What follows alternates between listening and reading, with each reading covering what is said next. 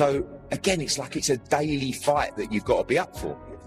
And I look at the body language, and all I see is stress. And let me tell you, the stress of boxing is fucking. Are you kidding me? Come on, man. That's shameful, bro. That's shameful. 1, 2. You got.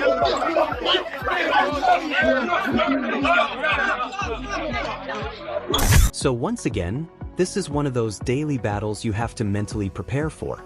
When I scan the room, all I see is tension. And honestly, the kind of stress boxing brings? Come on, are we serious? That's just embarrassing, man.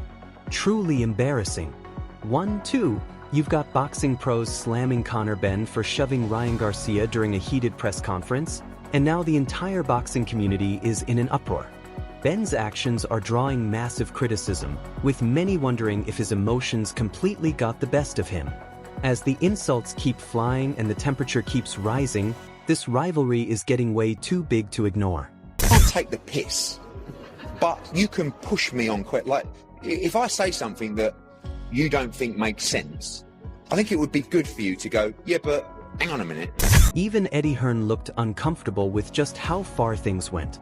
Sure, rivalries and psychological games are part of the sport, but this felt different. The second Conor Benn laid his hands on Ryan Garcia, everything shifted. What was supposed to be just promotion suddenly turned deeply personal, setting the stage for a seriously dangerous and explosive showdown. I really did. Have you spoken? I would never. If you chin someone at a presser, if you do that, it's different. But when you carry something on the stage to hit someone around the face with, I weren't mad on it. That's all. But it does sell the fight. Yeah, and it's listen, an absolutely the fight's going to sell anyway. Simon Jordan points out that boxing has always had a wild history of heated moments, where fighters often cross the line before a big bout, from old-school incidents to chaotic press conference scenes. He argues this really isn't anything new.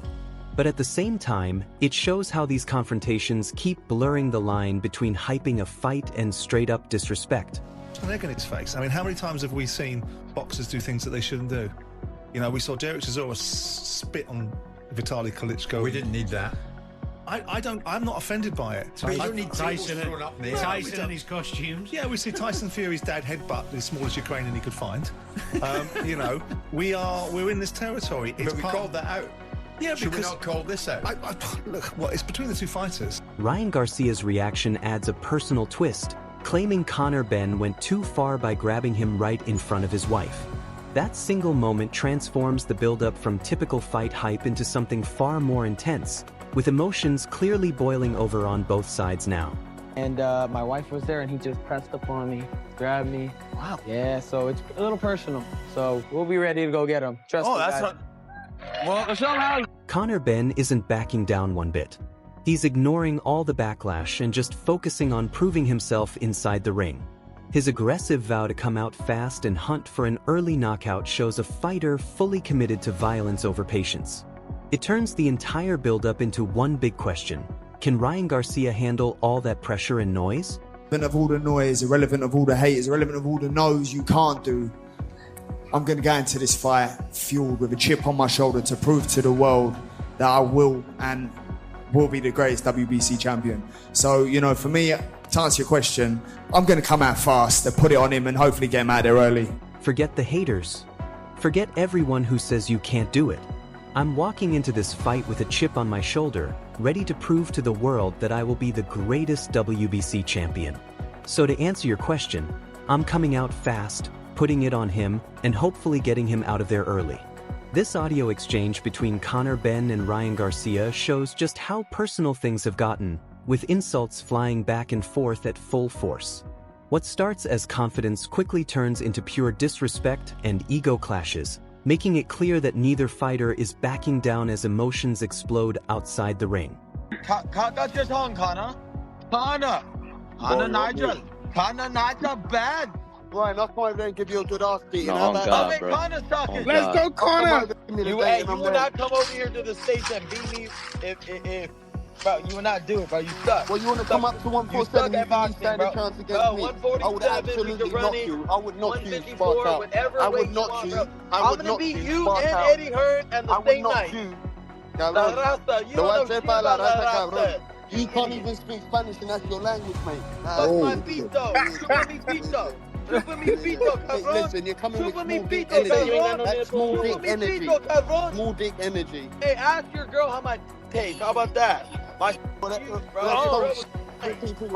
Regis Prograis adds another layer of uncertainty by breaking down the weight factor and the raw differences in style for this potential matchup.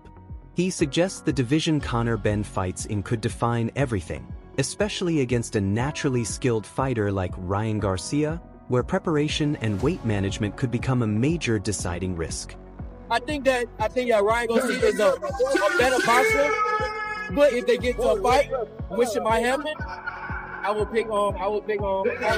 It's Conor Benn is not skilled. He's not that skilled, but he's a raw fighter. You know, he's just a raw fighter. He wants to get there. He wants to fight. So if they get to that, if they get to that fight, I got You think he'd be better? Conor Benn obviously was made about the weight drain. You think he'd be better at 47 or going up to 54 to try and make 54, that fight? 54. I think at 54. I think because Adrien Broner doesn't hesitate with his take. He backs Ryan Garcia as the more naturally gifted fighter in this matchup. His confidence-driven opinion shifts the conversation toward raw talent versus determination, suggesting that if the fight actually happens, skill and natural ability could heavily tip the scales. He fights Conor Benn. Who wins out? Ryan. Ryan? Easy. Easy? Why? The more talent. That fight, the talent will show. Romero holds nothing back, questioning whether Conor Benn is truly ready for elite-level opposition.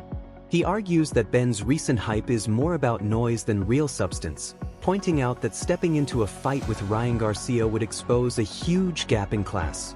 In his eyes, Benn is walking straight into danger against a fighter with far superior speed, timing, and knockout power. Conor Benn is a future Hall of Famer. Why is that? Because whoever knocks him out cold is going to be in the Hall of Fame, and it's going to put his face on the Hall of Fame. So you see him like a dead man walking, so to speak, I guess? Yeah, no, he has a little bit of energy. You know, he's still got a little bit. You know, he's limping, but you know. He straight away, called out Ryan Garcia. Ryan's been calling him out. It seems like that's the one that's at least they're both talking about it. I don't know. What are your thoughts on that? Okay, how about this, right? I made perfectly, like Conor Benn was over there begging for the fight with me, right? Also, which we had the whole deal set up, by the way. We had the whole deal set up, but he's over there in New York trying to cause all that commotion, all this stuff, right? He did it for clout. Same thing with this, bro. He might be doing this with Ryan for clout too. Like I said, they're over there trying to make all this stuff right. I don't do that fake beef. And that's the thing. That's why it's like, bro, it throws me off, man. And then you go do all that fake beef, and then you want to go come over here and try to... You act like you're a big, tough guy, and then go run off and not fight. And he might be doing that with Ryan, because Ryan knocked him out cold. You see Ryan knocking Conor Benn out, huh? Anyone. Devin Haney might knock him out cold. And that's saying a stretch. That's a Devin Haney compliment from Rolly. It's kind of crazy. Bro, dude, no. It's not even a compliment. It just shows how bad Conor Benn actually is. The official fight announcement only sharpens the reality, confirming that Benn is now stepping directly into a world title environment against Ryan Garcia in Las Vegas.